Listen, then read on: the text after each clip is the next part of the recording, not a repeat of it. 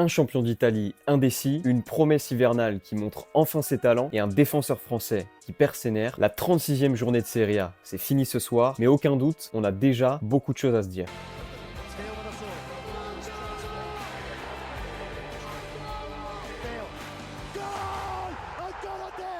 Ce week-end, l'Inter affrontait le Torino dans une 36e journée de Serie A, toujours aussi haletante. À Turin, seuls Bastoni et Bissek étaient reconduits pour disputer ce match après la demi-finale éprouvante face au Barça. Et pourtant, sur la pelouse, c'est bien cette équipe B de Simone Inzaghi qui va dérouler son football. Grâce à Zalewski et Aslani, les Nerazzurri marquent 2 fois face au Torino et repartent avec un clean sheet. Tous les joueurs de champ de l'Inter ont désormais marqué au moins un but cette saison. Et quelques heures plus tard, le destin va même leur sourire encore un peu plus. Pour être champion d'Italie, chaque point doit être pris et cette équipe ne semble pas l'avoir compris. Face au Genoa de Patrick Vieira, le Napoli d'Antonio Conte devait prendre les 3 points pour continuer sur sa lancée vers le Scudetto. Les Partenopei auront mené 2 fois au score chez eux, mais le Genoa aura toujours su répondre. D'abord Ahanor à Lukaku en première mi-temps, puis Vasquez à Raspadori en seconde période, score final de partout. Avec ce match nul du Napoli, toute la fin du championnat est désormais relancée. Il reste 2 matchs pour chaque équipe et 1 point les sépare désormais. Alors, qui finira champion d'Italie de cette folle saison? Dis-le moi dans les commentaires. Recrue phare du mercato hivernal de cette équipe, ce joueur a marqué son premier doublé à un moment décisif. Face à Bologna, l'AC Milan jouait là une rencontre à 2 enjeux. D'une part, se préparer à la finale de Coppa Italia face à ces mêmes rossoblus le 14 mai prochain, et de l'autre, tenter de revenir vers les places européennes face à un adversaire direct. Mené pendant plus de 70 minutes, c'est Santi Jiménez qui va changer la donne de cette rencontre. Rentré à l'heure de jeu, le Mexicain arrivé de Feyenoord cet hiver va inscrire son premier doublé avec les Rossoneri. Score final, 3-1 pour l'AC Milan. Au classement, Bologne voit donc son adversaire du soir